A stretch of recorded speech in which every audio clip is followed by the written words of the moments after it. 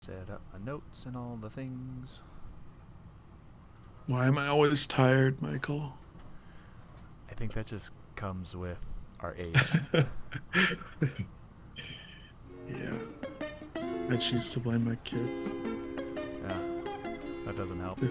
They're the reason I stay up late at night. Yes.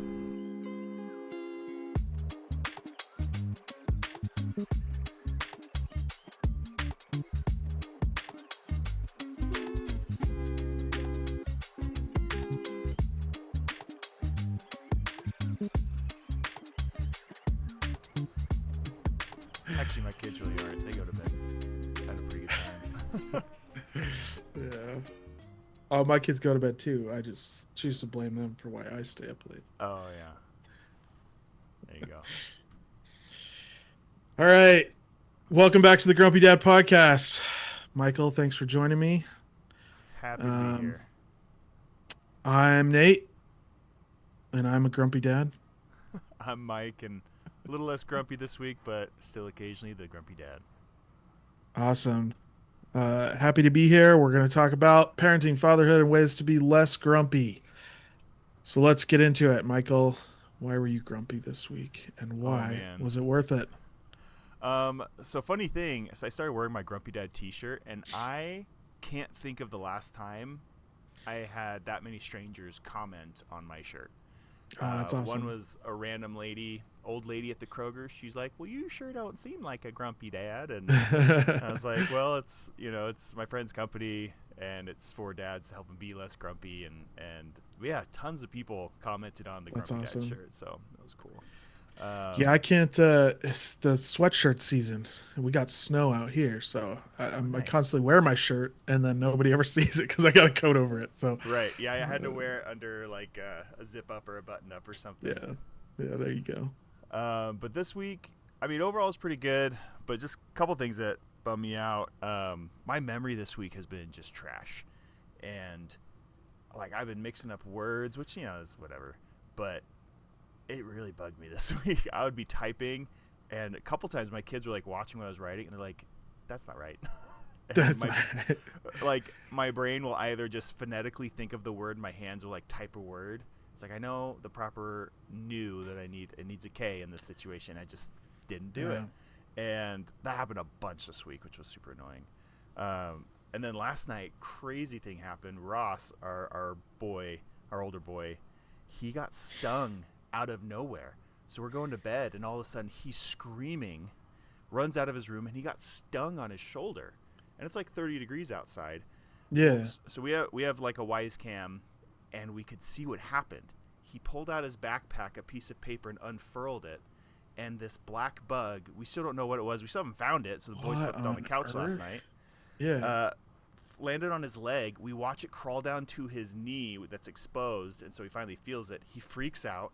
Niles, there's a bug. Niles bolts out of the room so fast. He wasn't having. You have to tell him twice. He was out. As Yeah. Ross is crawling down the ladder, he starts screaming because the bug had.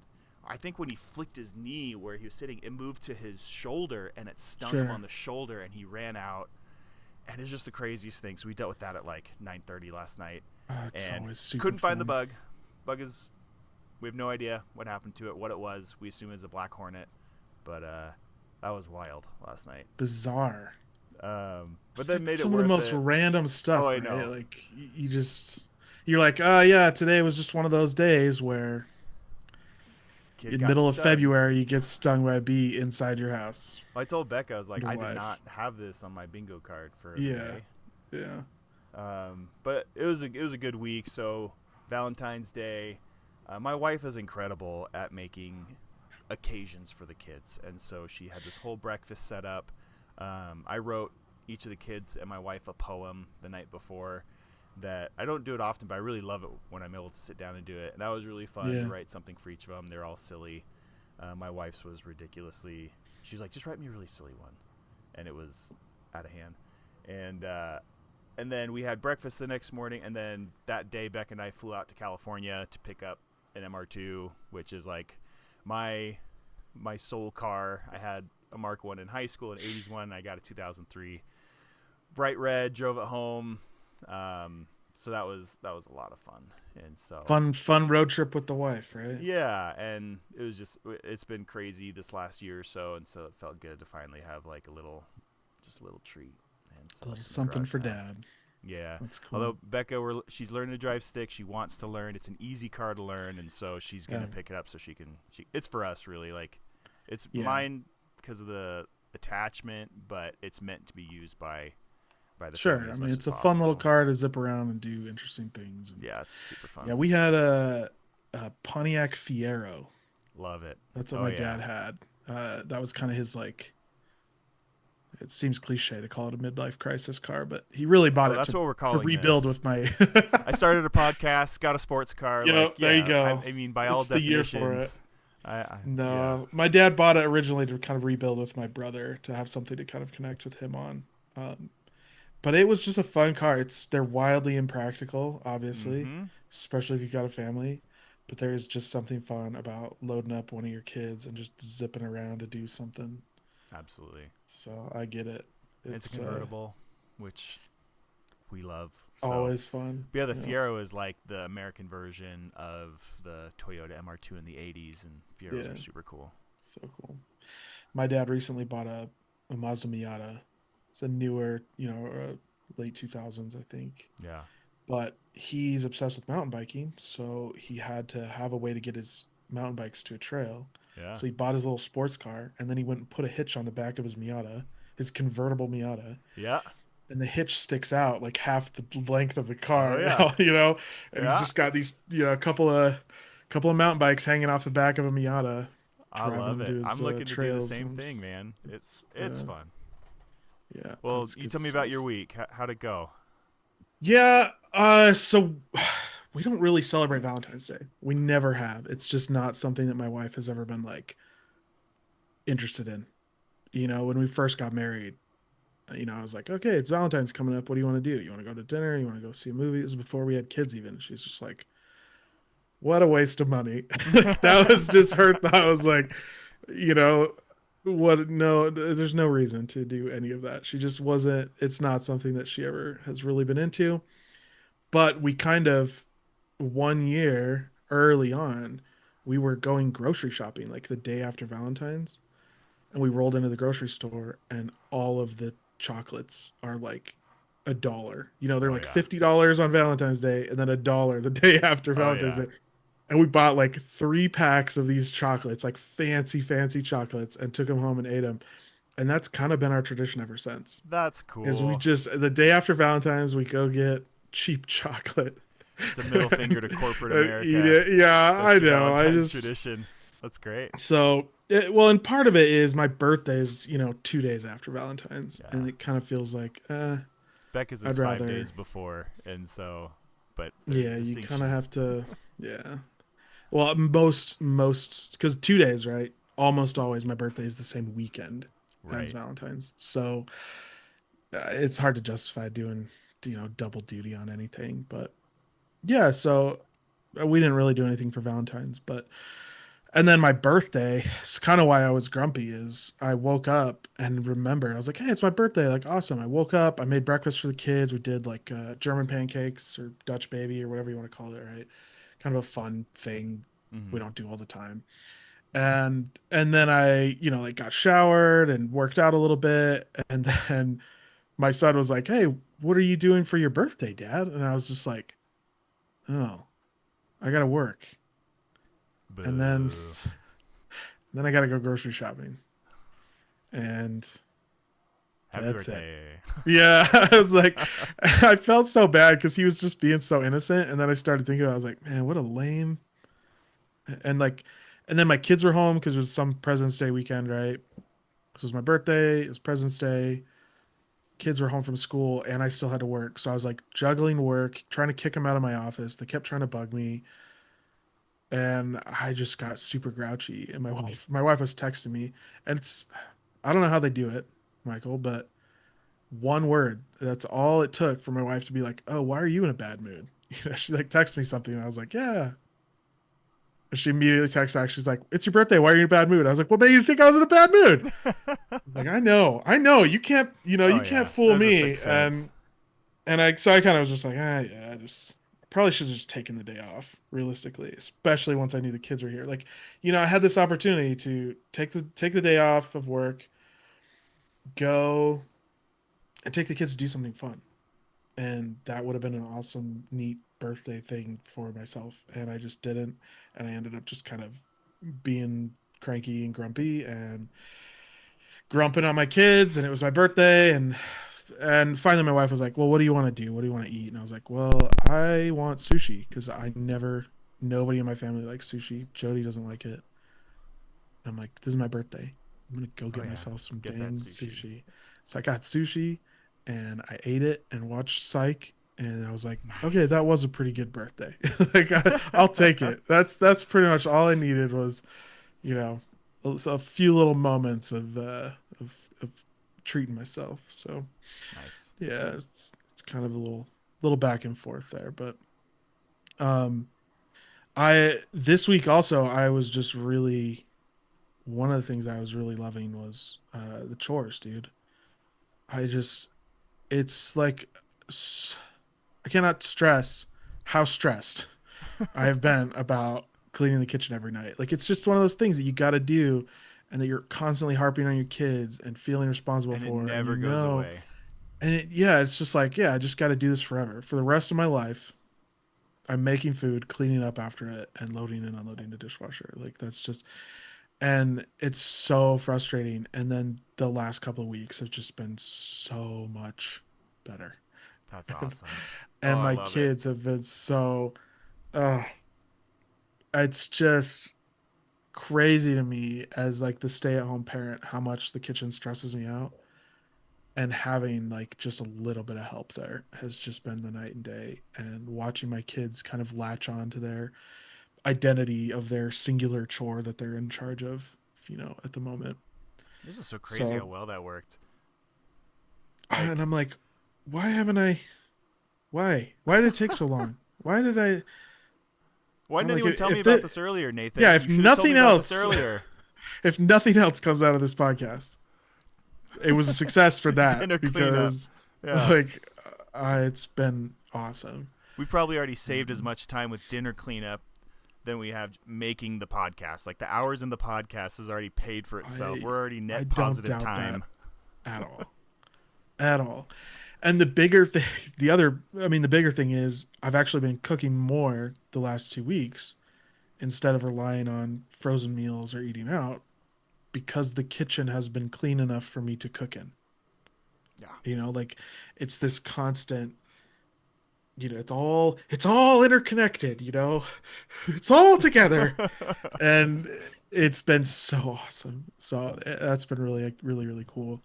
I was also going to mention this last week, and I figured I'd save it and kind of see how another week of it went. But I started reading to my kids before bed, and this isn't That's like a great. new thing, right? Like we've always done some kind of.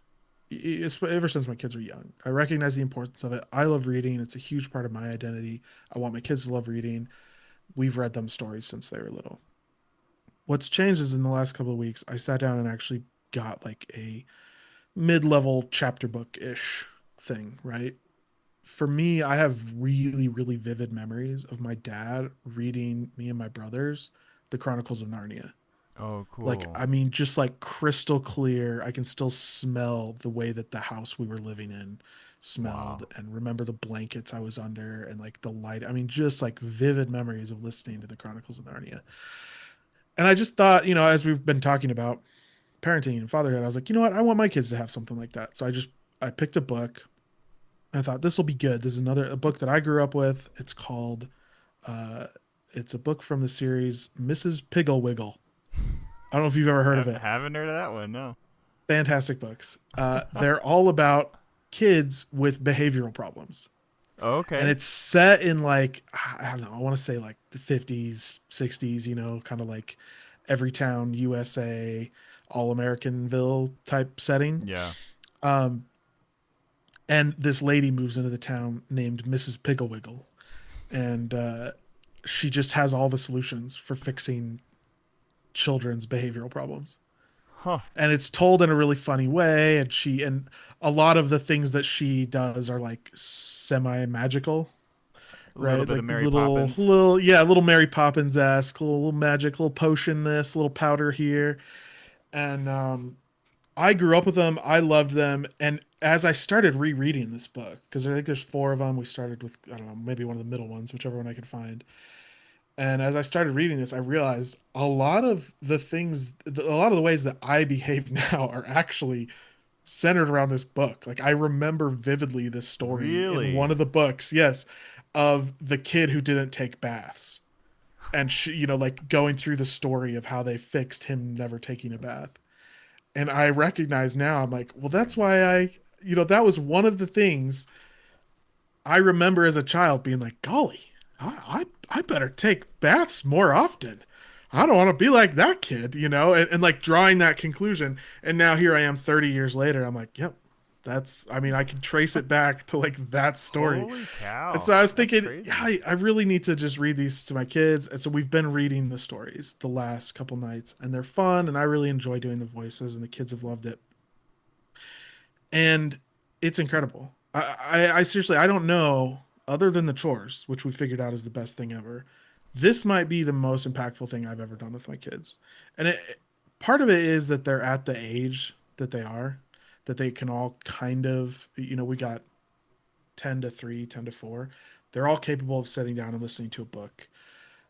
Some of them while swinging on swings in the living Hmm. room, right? Or whatever, diddling, running around. But mostly they're all kind of listening.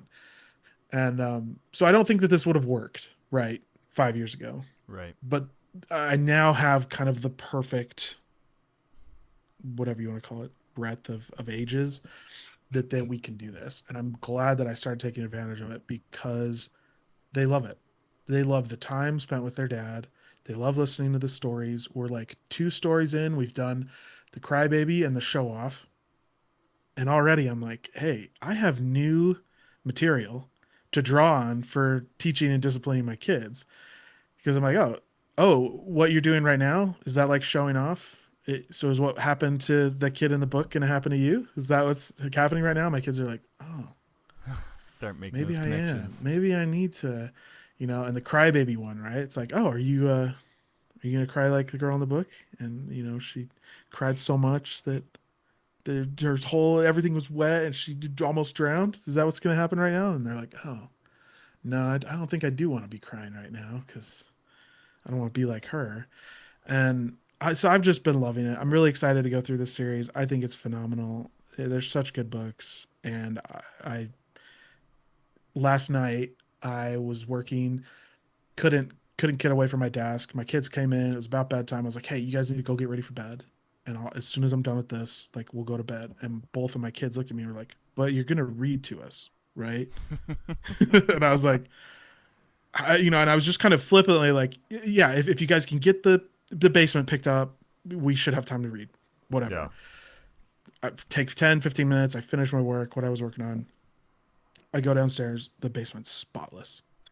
And I was just like, All okay, right. you guys are serious about the book reading. Let's do this. So That's just great. been kind of a neat thing to experience. I've been having a good Mrs. time with it. Piggle Wiggle. That's great. Yeah, I wrote They're that down. they're ridiculous books. I I love think it. there's a terrible 90s TV show based on them.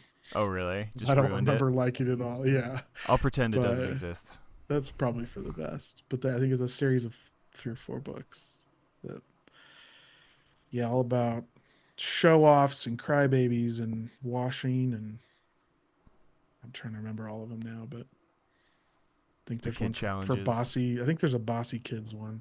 That's a good one. Yeah, I'm gonna have to go look them all up now. But yeah, I like Very later cool. on. I think the last book in the series is Miss Piggle's Farm, and in that one, she doesn't do any magic. The like the kids' behaviors all just like fix themselves by being on a farm.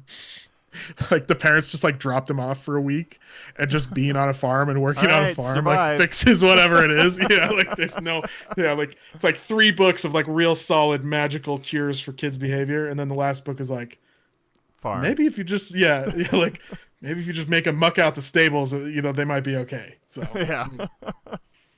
kind of That's funny great. thing, but yeah. So that was my week. It's been a fun Awesome. one. Awesome. Awesome. All right. Cool. Well, let's dive right in. I know we talked a little bit about your career journey, and I prepared a little bit to talk about kind of what's gotten me to where I'm at, and I'm hoping to kind of discuss it and share it with you a little bit. I just don't feel like my journey is all that unique, but maybe it is. Well, that's But what I'm I, curious of hearing about is how yeah, much I'll identify with as you talk about your thinkings, your reasonings behind your choices, and what led you to those choices. Because I have a feeling everyone's going to be unique, but I have a feeling there's going to be a lot of overlap, and yeah, we are not going to be alone in our overlap with other people that listen to this as far as what drives them to make their choices and what they identify with. Where you have already gone through that to get to this point, and hopefully yeah. we can help other people navigate what they have going on. And I think that most of my story is me being too stupid or too lazy or too pig-headed to do what needs to be done, right? And I think that needs to be maybe more maybe one of the more resonating principles is that hey, sometimes you just got to get out of your own way. Yeah. uh, so kind of interesting. Um so i so I graduated college and got my first big kid job. I was doing graphic design for a small biotech firm, and it was awesome. I really, really enjoyed it. This Working was on all some internal really stuff for cool, their own mm, marketing material, a or little bit of everything. okay, Yeah. So like because we were a medical device company, there was really strict labeling requirements. So I was doing right, like design work, not artistic, but like, hey, we need a label. It needs to have like these 50 criteria all need to be properly right, placed in, visible correct colors, so you're doing a lot of just kind of tweaking of that kind of stuff. Then I did a lot of internal stuff for like signage and safety requirements for the manufacturing floor and process stuff that needed to be put around the facility. Lots of so there was just lots of those kind of things. And then on top of that, I was doing some marketing work and stuff. But it was phenomenal, and I loved it because it was something new every day. I was working on really cool, interesting technologies, and we were building detection systems for biological things, mm-hmm. diseases and stuff, which felt like very, I think everybody wants to feel fulfilled in your job, and Yeah, that was very fulfilling to me. Like, oh, I'm helping to build kind of the technology that detects Ebola and all the nasty stuff in the world, so that you can track it, trace it, and hopefully eradicate it. Super, super awesome job. It's only now, looking back, that I'm able, with through the lens of like the journey that I've been on, that I can see like the moments when my mentality and my work ethic and things started to shift. And I have self-diagnosed myself with ADHD, mostly because my kid definitely has ADHD and there's a really good chance that I have it. And then you start taking these tests and looking at, you're like, oh, my kid has ADHD, huh? How can I help him? And you start going and looking at stuff these all sound online, and they're great. like, yeah, you're like, what? Funny But how mirrors do isn't that that just how, yeah, isn't when that the just how mirror's a everybody small functions? version Like of what? yourself. Yeah. So you start realizing like, oh, I've been dealing with this my whole life. And I look back and I can see, they talk a lot about for ADHD, um, novelty and variety. And like, these Right. are the things that drive, well, dopamine, right? And Yeah, serotonin and all the things that it's kind the of, stimulation. right, the stimulation. And it was funny. One of the things that I was looking at was a guy talking about his journey through ADHD and specifically the career trajectories that he's been on, and him saying, "Oh yeah, I got fired from lots of jobs after I got bored. I would do the job. It was new, it was interesting, and after a couple of years, I just had zero motivation to do anything Two and would end up years. getting laid off." That's me. I Yep. have like this 2 year cycle where I hit 2 years and it all of a sudden gets real hard. Yep. Yep. I mean, that's exactly what happened. Is I was working there. I think I hit three. but the last half of it I went part-time because they were like, yeah, we just don't have enough work for you. And you're Yeah. like, and I was, and so that was part of it, right? That was part of the journey that I kind of experienced was, oh, this happened and I didn't realize why until later. And now I kind of understand that, my motivation and things were waning. But it was around that 2 year mark that I said, oh, this is really boring. I want to go do something else. So I went and got trained from graphic design. I went and got trained in software design because I was like, hey, this is kind of the up and coming thing. So this would have been in, I don't know, 2018, 2019. And then I got hooked up with our software group and started working with them to kind of design stuff. And this is where the kind of the entrepreneurship stuff gets involved because I I realized after this was all over that I never really had control over my destiny, right? Like I was never that there's these intricate layers and connections that you have to make within a company to actually make progress.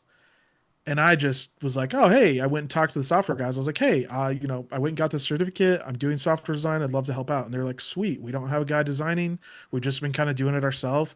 When you get time, here's what we're working on. We'd love to see some mock-ups and some things. And so that's just kind of how it started. It went back and forth, started working with them.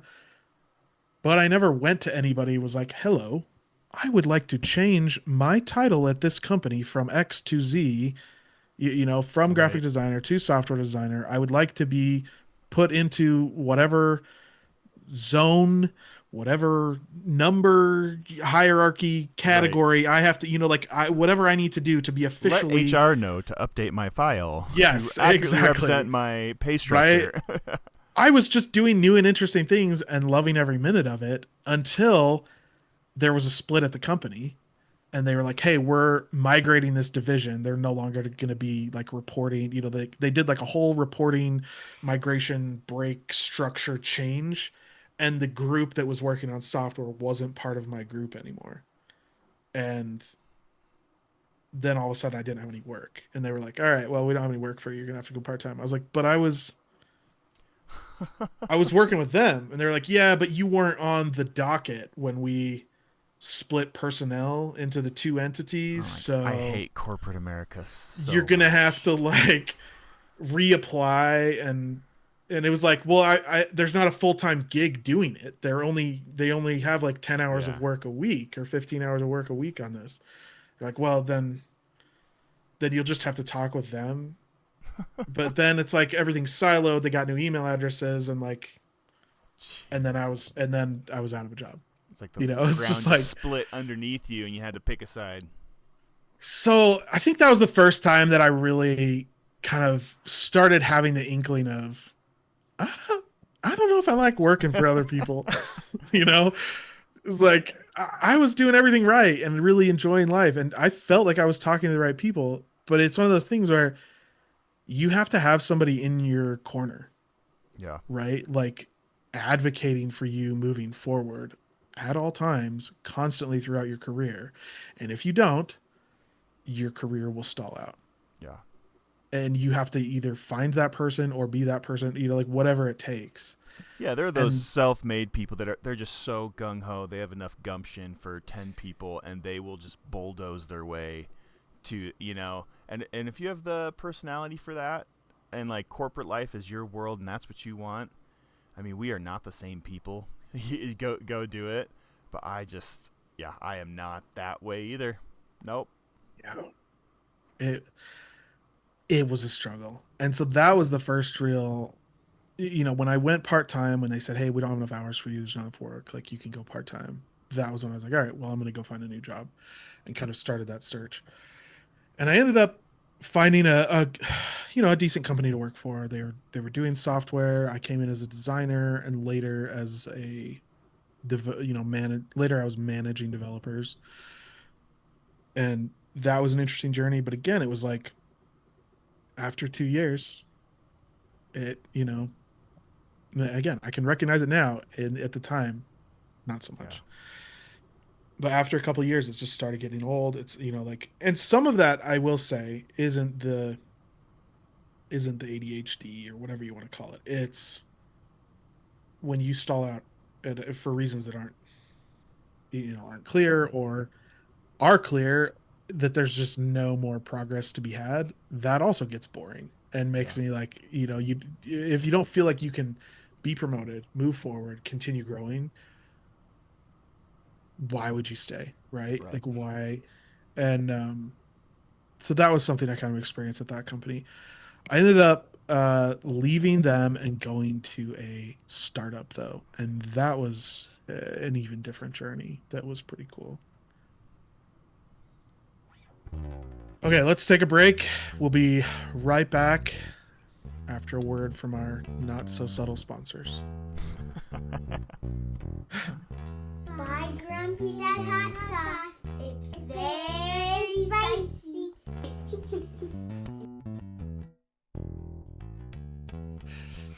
All right, welcome back. Thanks for sticking around. Excited to kind of continue talking here. Uh, before I dive too deep into my next phase of my career, um, I was wondering, kind of based on what I kind of talked about, you mentioned a little bit, but what was the moment that you realized that you didn't want to work for anyone else anymore? You kind of So touched on it a little yeah, bit, but uh, it, that bug was definitely planted very early for me. It's probably when I worked at Best Buy years ago. Um, that feeling of being such a very small part of such a big machine. At first, it's like you're in it, you're a part of it, you have your comrades in the trenches. But when you give suggestions to management so many times and it gets ignored, and then you see the way that management at that time, it's like they traded who they were as a person to be in that position. I, yeah, I recognize I can't do that. sure. And I had my very first startup company. I did some tech stuff where I did like these seminars at a senior center talking about technology, and I did some like tech installs. It was very all arounder, like a handyman but for tech, and went on for a little bit, and then I got another job as I think it was when I worked for HP. But it was that cycle got repeated where I would start to get bored because it was just shut up and do this thing and be this person, and I can't help but be kind of exactly who I am all the time. Like, Yeah. um, molding myself to be something totally different. I don't have the energy for that. I'll be my best version of myself. Sometimes I need to be 110% of myself, um, but I'm never going to be something else. And I worked a job after several jobs of getting bored, getting let go a couple times. HP, this other job, I worked for an IT company, and I was finally on a team that I actually loved. And it was the first time I ever looked forward coming into work because I was myself. We had a lot of freedom, a lot of collaboration. It was great. And then that team, I think it got taken over by private equity, that company, and everything came Yeah. about numbers, and it was awful. And I had my own stuff on the side, and that was really the nail in the coffin to have what I felt like was finally a relationship with a career that I could engage with authentically, and then to have that stripped away within the same company. That's what broke the camel's back, and that's where I was like, you know what, I will risk everything on myself because this sucks. Yeah, I And mean, so and it sounds exactly like my story, right? You're working, you found a niche that you're happy with, a group of guys that you enjoy working with and girls, and then somebody 7 levels up makes a decision that you have no control over, that just, you know, yeah, changes everything. we need these numbers to be this. It's like, Yeah. since when? When's that? Where's that in the mission statement Yeah, that or we've been living by for the last 3 years? in my case, it was like, yeah, the parent company wants like a little bit more visibility over this group's projects. So they're going to bring them deeper into the parent company. And also here are It's time like, cards because you're children and babies, yeah, and we need to make sure every yeah, minute of your yeah. day is tracked. That It's, that yeah, oh that kills me. Like the the yeah. bigger the company is, the more it seems like it treats their employees like children, and micromanages, and that I can't. I just can't do it. I also, with Well, my ADHD and narcolepsy stuff, I don't function like a normal person, and right. justifying that month after month and explaining it to people, they're never going to understand. And so No. that fight, getting rid of that was one of the biggest reliefs in my entire life to Yeah. not have to fight that fight anymore. Well, speaking of time cards, I remember there was a situation I had where my supervisor was asking, like, why haven't things been done? Right? Like, why isn't this getting done? Why isn't this getting done? And how are you spending your time? And he was like, I'm going to need more details. Right? Like, I'm going to need more on your time cards, kind of a thing. And so I took like 2 weeks and I was just granular as all get out, every tiny little thing. And what I started doing is I'd start telling him when I hit 40 hours, right? I'd be like, hey, there's my That's my 40. there's my 40, and those are billable hours to our clients. So I'm done for the week. And when it started happening on Thursday and Wednesday, and like he started not asking questions anymore, right? It's like, I'm like, hey, I've put in, your client has paid for 10 hours of my time to do this work. Here's what I did. Here's the 10 hours. And I hit it on Monday afternoon. Ah, Like I was up all night Sunday with developers getting these features built. And then I was on phone calls and dealing with situations all day Monday for this client. I'm careful what you done. ask for. Right. And all of a sudden he had to start going to clients and be like, oh, we got to charge you more money because your stuff's taking, like, and everything just cascade. And I was just like, hey, if this is how it's going to be, like, then you're going to hear it from me. So Yeah. I think that was one of the things. So I got into a real estate startup and it was phenomenal. Amazing group of Oh, guys that's right. I remember that. and this really, really talented girl, who was my supervisor and my boss. She was incredible. She was very challenging in that she challenged me, right? Really pushed me to new levels, made me uncomfortable in all of like the best ways, and it was awesome. When you talk about novelty and variety, it was everything I could ever hoped for in a job. I loved every minute of it, except when I didn't. It was, startups are tough. They're Yeah. difficult. They're challenging, and but I really, really enjoyed it, and it was enough of like a job security at the time that my wife ended up quitting her job, becoming a full time mom, and we moved out of state. We That's right. moved up to Washington State. We went to be closer to her family. I worked completely remote. This is right around COVID was happening, right? Spooling up around that time.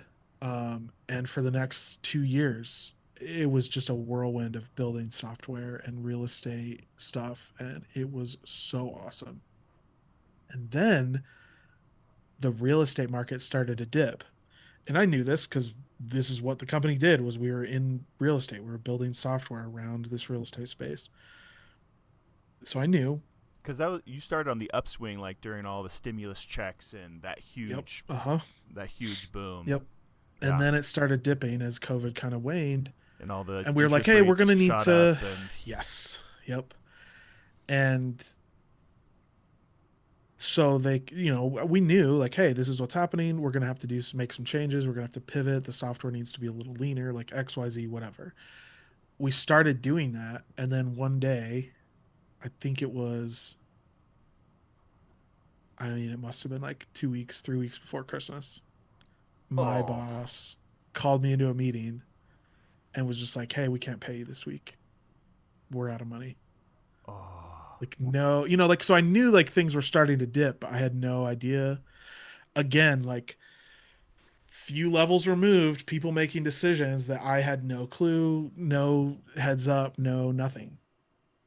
And she was just like, yeah, so we're, like the company is still going to kind of go, like we're all just operating without paychecks, but I don't expect you at your level to contribute to that without being paid. And I was like, okay, that's fine.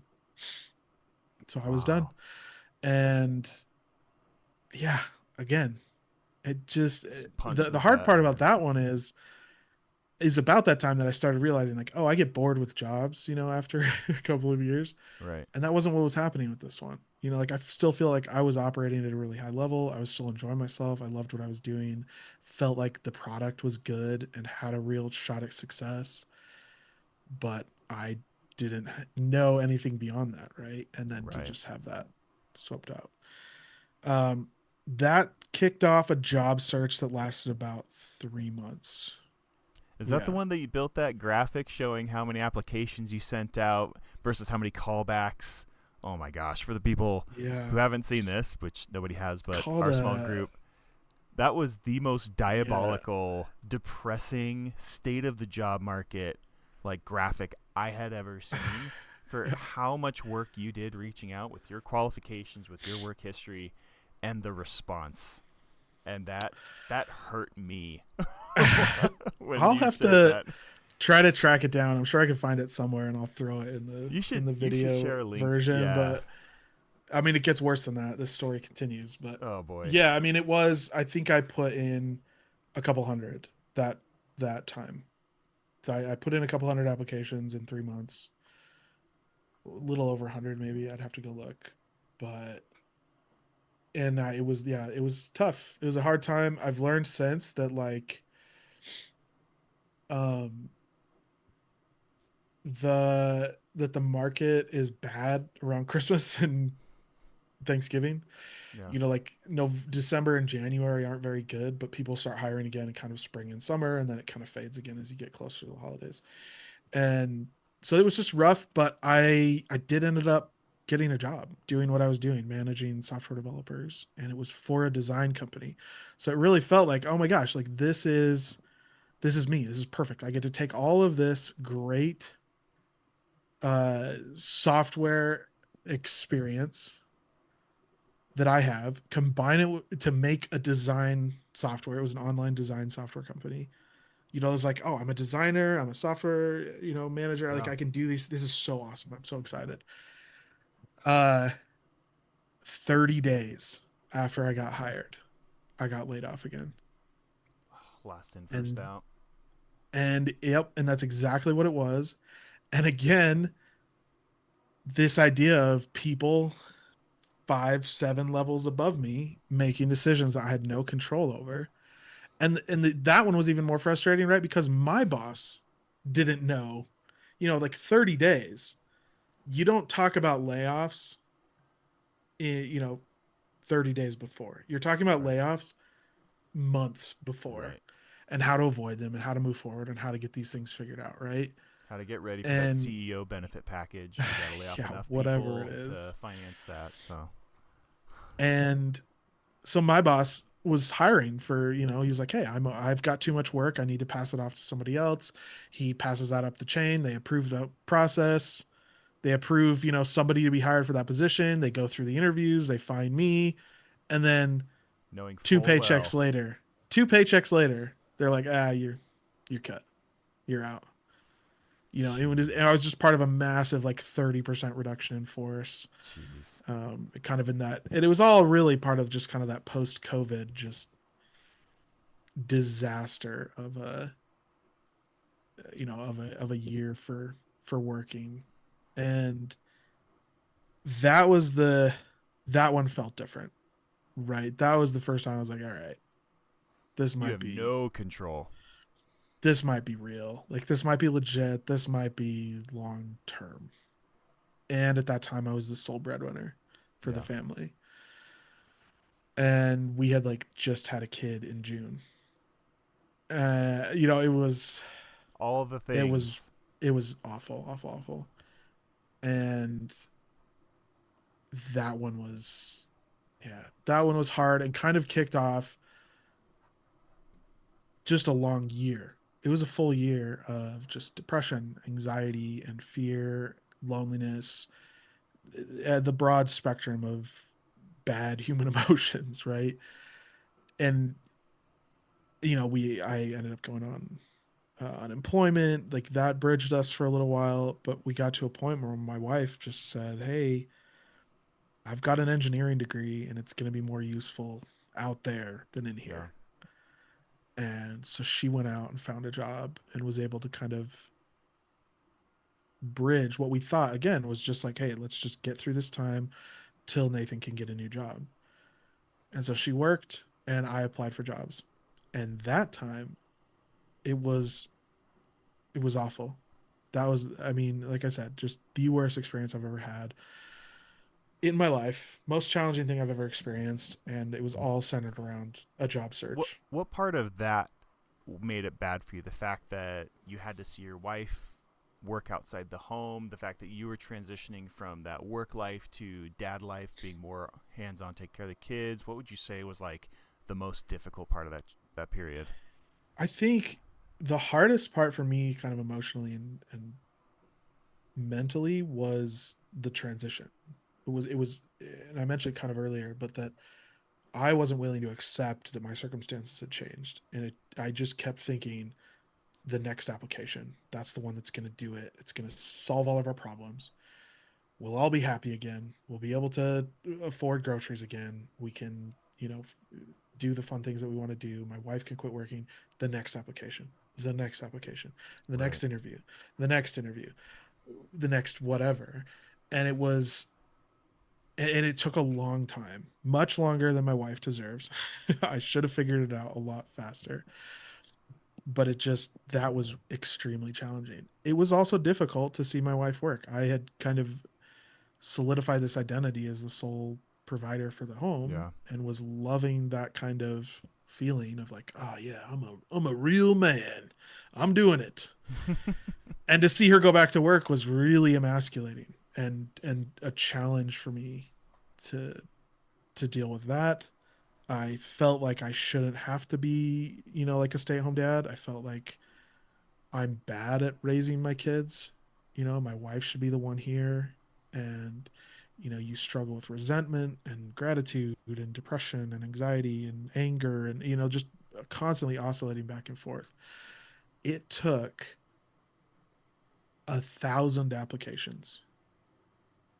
I applied for 1,000 jobs, more than that, but that's about it was when I crossed that 1,000 mark because I was keeping track, right? I Yeah. kept track the first time. I was like, this is a neat little graph to show the challenges of finding a job. Oh, how neat. Look, I put in 100 applications and this is how difficult it was, right? Yeah. And then I was like, well, I'll do it again because that was kind of a fun thing to keep me occupied. And then I broke 1,000 and it was like, that might be it. Yeah. That might be all that I have. It's 1,000 applications. And I have to clarify that this wasn't just 1,000 applications with nothing. This was, I think I was keeping track up until about 800 or 900, and then I kind of stopped. But it was 1,000 applications, which breaks down to about 300 or 400 interviews, like Right. first interviews, recruiter interviews, or first interviews with a company. So, I mean, over the course of a year, 365 days, I was doing 5 or 6 interviews a week. Jeez. And That is so much. then that breaks down to about 100 second interviews. Yeah. And then I think I did maybe 20 or 30 third interviews and then 5 or 10 fourth interviews. So there were Jeez. companies I interviewed 4 different times and still didn't get hired. And How there can was you not feel one, like the universe is sending a message at that point? You know? it's basically the conclusion we came Yeah. to. My wife just kind of said, hey, uh, the law of large numbers dictates you should have seen some success by now. That's my That's engineer great. wife, right? Like statistically, Yeah. Yeah. something should have happened. And if it's not happening, if you're religious or not religious, either way, God or the universe is telling you, hey, this isn't for you, Yeah. you know? And it actually was my wife that finally came home. And part of the challenge too is my wife didn't like her job. Ugh. She had, because we were desperate, right? She just had to pick up the first kind of manufacturing job she could find, and she didn't love it. And she had a 55-minute commute in Oof. terrible Tacoma traffic in Washington. And she got in like 2 accidents that year, like Holy. rear-ended by people just because that commute was just awful. And it didn't pay very well. And her bosses didn't really appreciate her and didn't listen to the things that she wanted to do. I mean, it was just, and she'd come home and tell me about this and just made me feel worse about not getting a job. Finally, she came home one day and just said, I'm done.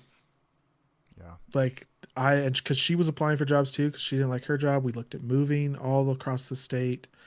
We thought, I looked at, can I commute? I'm willing to do an hour commute to make my wife not have to do an hour commute. you Right. know, Nothing. And finally, she just said, uh, I reached out to my old boss in Utah, and he said there's a position for me, and I'm going to apply for it.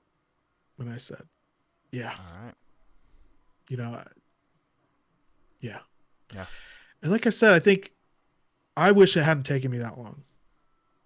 And I recognize that I was being a little bit of a butthead, and I was being too prideful. I needed to have a little humility. I needed to understand the situation and come to kind of reality. And it took me way too long, and my family suffered for it. And I have to live with that. And it's something I'm continually, working on myself to make sure it doesn't happen again. But then my wife reached out, and 2 weeks later, she had a job offer. Wow. After a year of searching for me, in 2 weeks, she had a job offer. In, I think, 6 weeks, she was starting her first day. And in 8 weeks, we'd moved out of the state back to Utah, and we'd bought a house here. Wow. And a lot of it was just me saying, hey, I can be a stay at home dad. Yeah. I can do that. I can take that role. I can, I can become that person if that's what my family needs. Um, and it was, after the fact, I was like, hey, I'm a stay at home dad. I can also do other side projects. I can make a hot sauce company. Like that's something I can do here in Utah way easier than I could in Washington, just due to regulatory burden. Now, is that something you had on your mind Um, for a while, and then the move to Utah unlocked that for you?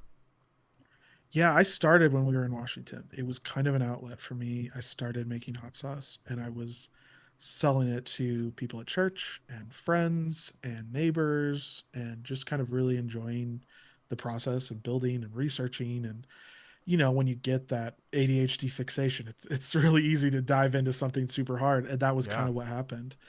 I researched and read and watched videos, all of those things, until I found a recipe that I was happy with and bottles, and it was super fun. But then I looked into kind of going commercial, like seeing, okay, what would it take if I actually wanted to sell these like in a real space and not just like hand them out onesie twosie. And it was so overwhelming Yeah. when we were living in Washington. There's these things called cottage food laws, and each state has a different cottage food law, and they're essentially designed so that small not businesses, but small, yeah, individuals can start making food products or just really any products that can be sold without a lot of like the regulatory stuff that needs to happen. Unfortunately, in a lot of states, they still have a lot of regulatory stuff that needs to happen. Right. And so, specifically in Washington, and I think California and a few other states, you can't sell any product made with vegetables or, yeah, like processed vegetables are deemed too dangerous for consumption. And they basically Really? limit it to you can sell like cooked breads and cookies and preserves, like fruit preserves. Is this And that's like it. if you're a small, like, because obviously don't some people sell that vegetables, right? Like You can sell whole vegetables, but the whole moment vegetables, you process the it in moment you any way. process them, they become Wow. an unsafe food product that you can't sell. Um, and that's a lot of states have similar kinds of things. And there's reasons for that. It's difficult because what I was doing is hot sauce, which is naturally preserved in vinegar Right. or fermented, falls under those categories and debatably shouldn't. Right. I mean, I know how I feel about it, Yeah. but uh, when I moved to Utah, I looked up their stuff, and it's very similar actually. Their cottage food laws are almost as restrictive as a lot of other places. However, they passed an additional law at the end of COVID as people were trying to struggle out of COVID, called, I think it's the HB 181, 118, something like that. and it says legally you can sell anything you want to anybody in the state as long as it's direct sales and you put a label on it that says this product was not inspected by the state or federal governments. So they're like, we're gonna wash our hands and you guys have fun and we'll see what It's happens. yeah, it's a very buyer beware kind of a law. And they said, yeah, well, we're happy to take taxes. So I report taxes on the stuff Yeah, that I sell. And as long as it's direct sales, kind of, essentially face to face yeah, or, people and you put a big label on there that says this was produced at a facility that hasn't been inspected by local or state authorities. You can sell anything you want, except I think it's like meat is the only thing yeah. then that you still have to That makes sense. Meat and dairy is the only two things. Right. So that's kind of it was a really cool thing to kind of discover that, and that's what I've been operating under. I won't say that I haven't reached the level of success that I think I want. Yeah. Right. Maybe nobody ever has or ever will, but I have seen some success, and it's been fun to kind of share something that I really enjoy, really love with other people, and get paid for my efforts, right? And see some compensation come in. And at the moment, everything's just kind of going back into the business, Yeah. but it does make me. I was going to ask you this. I'm curious what you're in a little bit different situation because you are still the breadwinner. You're not doing this as a side project. How do you kind of view like success? What is success to you? Because I look at you and I'm like, you are successful. If you can be the primary breadwinner with your entrepreneurial efforts, like that's what I would love to strive to. So how do you kind of view it? Yeah, I mean, there's definitely phases of success, right? Like we have reached the point of success where we can pay our mortgage, we can feed our family. It's not comfortable. I work a lot all the time, but when my kids have a concert, I can go to the concert. When they have a game, I Yeah, can go to the game. I can stretch and expand my time. I'm not yet handing my time off to others, which is the next goal. And that's what I mean sure. by phases of success. So now we have in our sights hiring our first people, getting a location, possibly building onto our house for a shop for the 3D print stuff. Um, but yeah, like we definitely feel better. I'm way happier than I would work 60 Yeah, hours for my week a week for myself than 40 hours for someone else 100%. any week. Yeah, And I can't even imagine going back to work for other people. In fact, a couple years ago, so our friend Cody, he asked me help him with his computer, and so I remoted in, fixed the sound card, chatting with him through the remote software, and when it was all done, it was fine. Got it done, and I was like, I never want to do this ever again. I yeah, just, I just can't. So definitely successful. Like we are not wealthy. We have same struggles as every other family, but as far as we changed our situation to something that we can actually flow in, yeah, and we got rid of so many headaches that were just so contradictory to who we are as people, and we replaced them with headaches that work well with who we are as people, right. and that to me is the success. I don't remember who said this, but I've heard maybe my father-in-law or something talks about you gotta choose your hard, right? Right. You can pick, right? Yeah. Everything's hard. Just choose the one that works for you. That Yeah, that and fit. we talk about that all the time. Like we are so grateful for our we call it flavor of problems. Yeah, Everyone has yeah. their own flavor, and other people go through stuff that I just can't imagine. I'm sure I go through stuff that other people can't imagine. And so we are Mhm. very grateful for our flavor of issues. Yeah, that's what my wife every once in a while she talks about how disappointed she is that we doubled our mortgage moving back to Utah just because of the way the interest rates were when we Yeah, bought versus when we bought now. And that's that is challenging. I'm not going to deny it. That is rough that we doubled the amount we were paying for housing. Also, I will take that every time yeah, over watching her leave at 6 o'clock in the morning and get back at 6 o'clock at night, yeah. 7 o'clock at night, After just and just being being uh, miserable. all And day. yep, Yeah, I yeah, will, 100%. I will 100% take that. And other people So, have that mindset where they are willing to go through that, and this might not be the podcast for you. This is not Yeah, more power corporate to success podcast. This is, we don't fit the mold to be successful in the cookie cutter environment. And so this is how we navigate it for ourselves to make it work for our family. And I have 2 small businesses that are both still very small. And somehow every week we squeak by getting just enough income, for the next thing. And the numbers are going up little by little, not by the way I would hope. No. But so the journey is possible. If it can happen to me and you, it can happen to anyone. Yeah. And I'm still early.